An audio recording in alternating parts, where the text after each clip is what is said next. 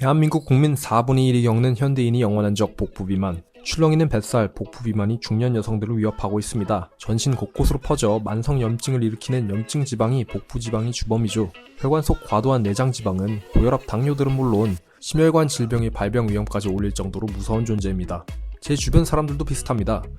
아버지는 당뇨로 돌아가시고, 어머니는 심장병에 뇌졸중으로 돌아가시고, 자매는 이른 나이에 암으로 돌아가고, 그 다음에 혼자 남아있죠. 그런 모습을 보면서 저는 걱정했어요. 분명히 건강을 위해서도 그리고 미용을 위해서도 다이어트는 꼭 필요하겠구나 하고, 덕분에 저도 저희 어머니도 다이어트에 대해서 심각하게 고민하기 시작했습니다.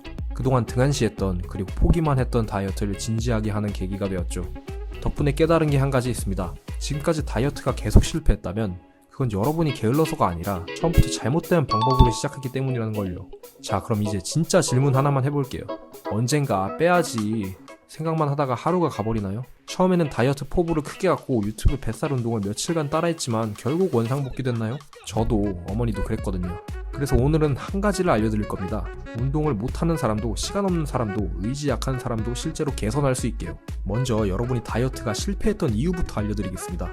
우리는 흔히 적게 먹고 많이 움직이면 살이 빠진다는 산술적인 공식만 믿고 다이어트에 뛰어듭니다. 실제로 어릴 때는 이렇게만 해도 효과를 봤기 때문이죠. 하지만 30대, 40대 여성의 몸은 급격한 생리학적 폭풍우 속에 진입합니다. 이 시기에는 지금껏 건강을 지켜주던 마스터 호르몬인 에스트로겐이 불규칙하게 유동치면서 점진적으로 감소하기 시작합니다. 에스트로겐은 단순히 생식 기능을 담당하는 것만이 아니라 췌장이 세포를 보호하고 인슐린 감수성을 유지하는 보호막 역할을 합니다. 이 보호막이 사라지면 우리 몸은 같은 양의 탄수화물을 먹어도 혈당을 제대로 처리하지 못하는 인슐린 저항성 상태가 됩니다. 이 인슐린이라는 것은 한 번쯤 들어보셨을 겁니다. 인슐린 저항성이 높아지면 신체는 지방을 에너지로 태우는 대신 지방 저장 모드로 스위치를 고정하고, 특히 복부와 내장이 지방을 집중적으로 축적하기 시작합니다. 여기에 여성분들은 육아와 가사 그리고 직장 업무로 인한 만성 스트레스 때문에 코르티솔이라는 호르몬 분비를 촉진됩니다.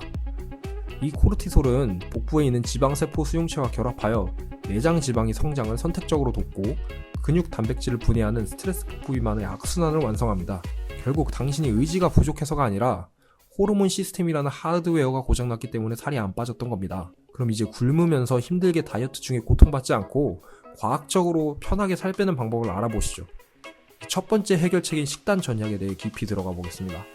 아까 말했듯이 무조건 굶는 것은 뇌가 이를 생존 위기로 인식하게 만들기 때문에 기초 대사량을 더 떨어뜨리는 자살 행위입니다. 최근 세계적인 학술지 네이처 메타볼리즘에서 발표된 연구는 우리에게 혁신적인 대안을 제시합니다. 과체중인 사람이 하루 40g의 저항성 전분을 8주간 섭취했을 때 평균 2.8kg 정도의 체중 감량 효과가 나타났다는 사실이죠. 저항성 전분은 소화 효소에 의해 분해되지 않고 대장까지 내려가 비피도박테리움 같은 유익균이 먹이가 됩니다. 유익균들은 지방 흡수를 억제하고 염증을 줄이는 대사산물을 만들어내며 인슐린 저항성을 획기적으로 개선합니다. 대한당뇨병 학회에서도 저항성 전분에 대해서 말합니다. 저항성 전분은 다른 전분에 비해 에너지가 적어 상대적으로 체중 조절에 도움이 된다고요. 당이나 콜레스테롤 흡수를 억제하고 담즙과 결합하여 대변으로 배설되므로 혈중 콜레스테롤 수준을 낮추는데 도움을 주는 식이섬유와 매우 비슷한 역할을 한다고 말이죠. 그래서 그게 뭔데? 라고 하실 수 있습니다. 그럼 이제 구체적인 실천 팁을 드리겠습니다. 밥을 지은 후 반드시 냉장고에서 24시간 차갑게 식혀 드세요. 차갑게 식는 과정에서 일반 전분이 저항성 전분으로 변합니다. 그리고 덜 익은 바나나나 콩류를 챙겨 먹는 것도 아주 좋은 방법입니다. 또한 식사 순서를 바꿔보세요. 거꾸로 식사법을 반드시 실천해야 합니다. 이제 채소, 단백질, 탄수화물 순서로 먹으면 식이섬유와 단백질이 먼저 장에 도달해 탄수화물이 포도당 흡수 속도를 늦춰 인슐린 급등을 막아줍니다. 이때 단백질은 매 끼니 25에서 30g 정도를 섭취해야 근육 손실을 막고 기초 대사량을 유지할 수 있습니다. 쉽게 말해 닭가슴살 한 덩이 정도는 먹어주는 게 오히려 다이어트에 도움이 된다는 말입니다. 건강하게 드시다 보면 생각보다 많은 양으로 배를 채우면서 다이어트를 해도 된다는 사실을 알 수 있을 거예요. 그럼 또 이제 막 이렇게 말씀하실 수도 있어요. 그럼 결국엔 또 닭가슴살이랑 고구마야? 물론 여러분은 이게 답이라는 걸 이미 알고 계십니다. 하지만 우리는 실천할 수 없는 답이죠. 때문에 저는 이렇게 말합니다. 식단 자체 말고 다른 것부터 천천히 바꿔보라고요. 극단적인 식단을 무리하면서 양을 줄이기보다 식은 밥을 먹고 먹는 순서를 바꾸는 등의 노력부터 먼저 해보세요. 어차피 우리 다이어트는 학창시절 때처럼 단기간 질주가 아닌 장기간 유지하는 마라톤이니까 말이에요. 식사에 이어 두 번째 해결책은 당연히 운동이겠죠? 그러나 운동할 시간이 어디 있어, 혹은 무릎이 아파서 못하겠어 라고 말하시는 분들도 분명 있을 겁니다. 아까 극단적인 식단을 못하겠다는 사람들과 마찬가지로요. 그런 분들은 행동 자체를 늘리실 필요가 있습니다. 여기서 핵심 전략은 운동 스낵이라는 건데요. 일상이 운동이 아닌 이동을 집어넣는 거죠. 버스나 정류장 몇 개 정도는 미리 걸어가고 아파트 계단 한두 층 정도는 걸어 올라가세요. 그중 제가 가장 추천하는 것은 역시 계단 오르기입니다. 계단 오르기 동작은 평지 걷기보다 칼로리 소모 효율이 약 2.5배나 높습니다. 15분의 계단 타기가 45분의 산책보다 대사적으로 훨씬 더 강력한 자극을 준다는 의미죠. 특히 나이가 들수록 중요한 것은 관절 보호인데, 계단 오르기는 저충격 운동이라 달리기에 비해 무릎 부담이 현저히 적습니다. 계단 타기 장점은 그뿐만이 아니죠. 10분 짧은 계단 타기 유산소 운동만으로도 뇌의 인지 능력이 14%나 향상되고 해마가 활성된다는 연구 결과가 있습니다. 게다가 허벅지와 엉덩이 근육에도 자극을 주죠. 상체를 너무 숙이지 말고 허리를 곧게 펴며 발바닥 전체로 지그시 누르는 이 계단 운동은 관절을 보호하면서 엉덩이 근육을 극대화하는 비결입니다. 우리 몸이 70%에 해당하는 하체 근육의 중요성은 날이 갈수록 더해지니 계단 타기 이거 꼭 하셔야겠죠? 바쁜 일상 중에서 시간을 따로 내기 힘든 분들, 그리고 계단 타기 방법을 제대로 알고 싶은 분들은 제가 다이어트 방법 그리고 계단 타기 습관을 쉽게 만들어줄 수 있는 영상을 준비했으니까요. 관심 있는 분들은 아래 고정 댓글로 들어가서 꼭 한번 살펴보세요. 일상 속에 계단 타기를 집어넣고 제대로 하는 법도 중요합니다. 식후 1에서 3분간 짧은 계단 타기 운동은 인슐린 수치를 즉각적으로 낮추고 혈당 변동을 원만하게 만들어 지방 축적을 근본적으로 차단하기 때문이죠. 식단과 운동이 이은 세 번째로 가장 중요한 것은 심리적 관점입니다. 다이어트 성공 여부는 여러분이 심리에 크게 좌우됩니다. 부끄러워서 헬스장에 가지 못하고 운동과 식단을 하려면 주변에서 눈치를 주고 결국 이 때문에 사람들은 다시 돌아가게 됩니다. 특히 결혼하신 분들은 배우자의 태도에 의해서 크게 좌우되죠. 네가 살을 뺀다고 뭐가 달라지겠어 라는 배우자의 조롱은 의지를 꺾는 치명적인 독이 되지만, 배우자가 든든한 지원군이 되어 함께 산책하고 건강한 식단을 공유할 때 성공 확률은 비약적으로 높아집니다. 그러니까 가족분들이 다이어트를 한다 그러면 정서적으로 지지해 주시길 바랍니다.